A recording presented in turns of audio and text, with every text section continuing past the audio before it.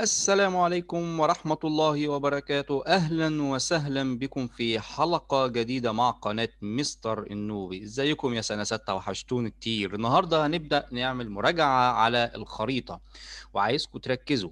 والخريطة سهلة بس هي محتاجة تدريبات كتير. نبدأ مع بعض كده، يلا. أول حاجة هتقابلنا في الخريطة محافظة الإسكندرية. محافظة الإسكندرية طبعا موجودة على ساحل البحر المتوسط.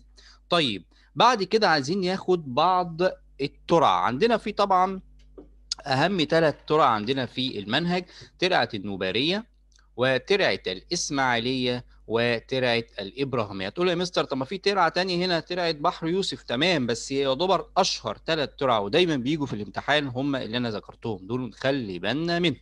طيب هبقى اتلخبط يا مستر، احفظهم ازاي؟ ركز معايا. اول حاجه اسماعيليه في شرق الدلتا، ونوباريه في غرب الدلتا. ادي الدلتا اهي، فرع دمياط وفرع رشيد.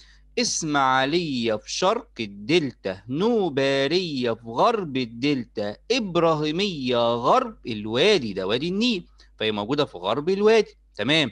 طيب بعد كده طبعا عارفين السد العالي من سنه رابعه، ودي محافظة قنا، هناخدها دلوقتي في الخريطة التانية وهنحتاجها، فنخلي بالنا منها. طبعا عندنا بعد كده الصحاري الموجودة في مصر. الصحراء الغربية أكبرهم. أعرفهم إزاي؟ بص لي أكبر مساحة، الصحراء الغربية هنا هي عشان هي أكبر حاجة. بعديها الصحراء الشرقية أصغر، وبعديها شبه جزيرة سيناء. طيب يلا بينا نخش على الخريطة التانية. طبعا نبدأ بالبحار. البحر الجميل بتاعنا المتوسط الموجود في الشمال، والبحر التاني الأحمر الموجود في شرق مصر. بعد كده هناخد بقى القناطر ونركز قوي على القناطر. في رأس الدلتا الخيرية، على رأس الدلتا الخيرية. وعندنا الفيوم، ده منخفض الفيوم، نخلي بالنا. منخفض الفيوم هو أقرب المنخفضات، ها، في الصحراء الغربية لوادي النيل. وده يجي لنا سؤال: ليه منخفض الفيوم بيئة زراعية رغم وقوعه في الصحراء الغربية لاتصاله بنهر النيل عن طريق ترعة بحر، ها يوسف؟ طيب، عندنا تاني قناطر اسيوط. قناطر اسيوط قلت لكم ممكن تعرفوها بالتوازي بينها وما بين خليج السويس. في اتنين قناطر بقى دايما بنقع بينهم، وعشان كده قلت لك خلي بالك من محافظة قنا، هتحل لنا المشكلة. ايه هي حل المشكلة؟ فوق الانحناء حمادي، تحت الانحناء اسنا. يعني فوق الانحناء ده قناطر نجا حمادي، وتحت الانحناء ده قناطر اسنا. تاني: فوق الانحناء حمادي، تحت الانحناء اسنا. فوق الانحناء حمادي، تحت الانحناء اسنا. اما الخيرية على رأس الدلتا اهي، ده رأس الدلتا اهي. طيب، وطبعا عندنا في جنوب مصر بحيرة ناصر.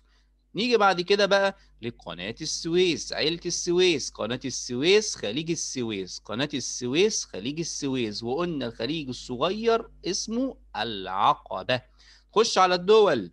عندنا طبعا دولة فلسطين، ودولة الأردن، والمملكة العربية السعودية.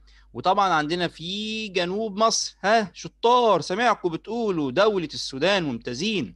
وفي غرب مصر، ها، دولة ليبيا. بص يا أولاد، أهم حاجة زي ما أنا قلت قبل كده إن لازم نحل كتير.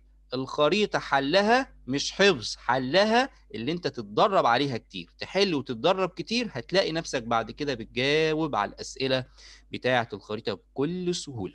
وفي برضو حاجة عايز أنوه عليها: يا ريت إن احنا نبدأ نحل محافظات، ونحل امتحانات السابقة لو توفر، ونبدأ نحل الخرائط ونحل كتير في الامتحانات، لأن حل الامتحانات هو اللي بيثبت الأسئلة.